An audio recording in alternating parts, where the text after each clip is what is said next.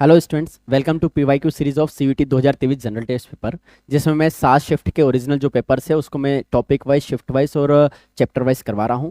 आज हम उसमें स्टार्ट कर रहे हैं रीजनिंग का topic, logical arrangement of word. Basically इसमें मैंने कुछ क्वेश्चंस लिए जो जीए, जीएस और जीके के भी हैं। अगर आप उनका नॉलेज है तो ही आप ये कर पाएंगे। तो मैं आपको थोड़ा सा हिंट भी दूंगा कि जब आपको नहीं पता होता है तब आप ऑप्शन कैसे क्रैक करते हैं। तो पहला क्वेश्चन हम शुरू करते हैं। अब आपसे बोला arrange the following meaning in meaningful sequence. आपके पास 4 ऑप्शन है, तो इनको आपको मोस्ट अप्रोप्रिएट आंसर इनसे देखना है। तो थोड़ा सा ये तो हमको पता ही है, की से हम लॉक खोलते हैं, लॉक से डोर खोलते हैं और डोर से फिर रूम में जाते हैं। तो की के बाद लॉक, ए के बाद सी, एक ही ऑप्शन में था तो सीधा ये वाला आंसर आ गया। इसमें तो कोई दिक्कत नहीं थी। यहां पर बात करते हैं। अब ये जो पूरा था, arrange the following revolutionary organisation in chronological order. अब आपको अगर ये पूरा नहीं पता तो आप क्या करोगे? आपको पता है क्या ये चीज़? नहीं पता कि अब हिंदुस्तान सोशलिस्ट रिपब्लिकन एसोसिएशन कब बना, अभिनव भारत हिंदुस्तान रिपब्लिक एसोसिएशन कब बना, ये कब बना, ये कब बना, ये आपको नहीं पता।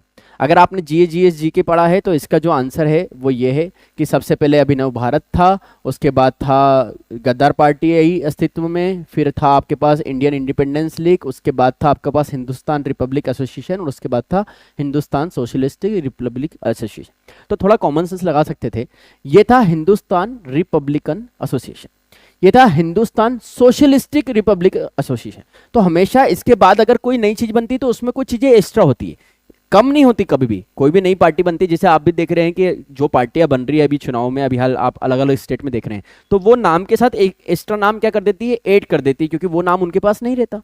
ठीक है, तो हमेशा पहले ये आएगा और बाद में ये आएगा, मतलब सी और ए, ये हमेशा सी पहले आएगा। तो ये ऑप्शन ढूंढ लो जिसमें सी पहले और ए बाद में, और ये लगातार होना चाहिए क्योंकि एक के बाद एक ही हुआ होगा रिवॉल्यूशन। तो सी ए यहां पर साथ में था, सी ए यहां पर साथ में नहीं था, सी ए यहां पर साथ में नहीं था, सी ए यहां पर साथ में नहीं था।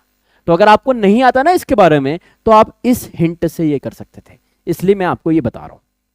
क्लियर? नेक्स्ट, जब हमको नहीं समझ में आता, अगर हमको एक एजम्पशन लेना है या हमको एक चांस लेना है तो इस तरह से लिए जाते हैं, इसलिए मैंने आपको थोड़ा सा ऑब्जेक्टिव लगाने का तरीका बताया।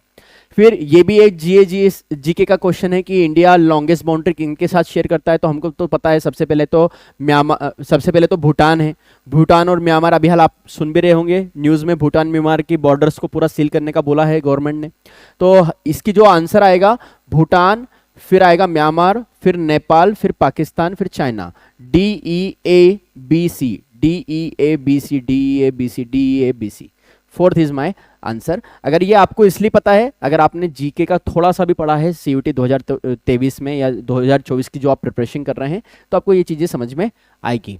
बस 3 ही क्वेश्चन आए थे शिफ्ट में, ज़्यादा क्वेश्चन नहीं आए थे। इस बार डिक्शनरी के भी 2 या 3 ही क्वेश्चन आए थे, लॉजिकल अरेंजमेंट ऑफ वर्ड के भी 2 या 3 ही क्वेश्चन आए थे। तो जिसमें डिक्शनरी आया होगा उसमें ये नहीं आया होगा, जिसमें ये आया होगा उसमें डिक्शनरी, मतलब ये दोनों मिक्सअप चलते हैं।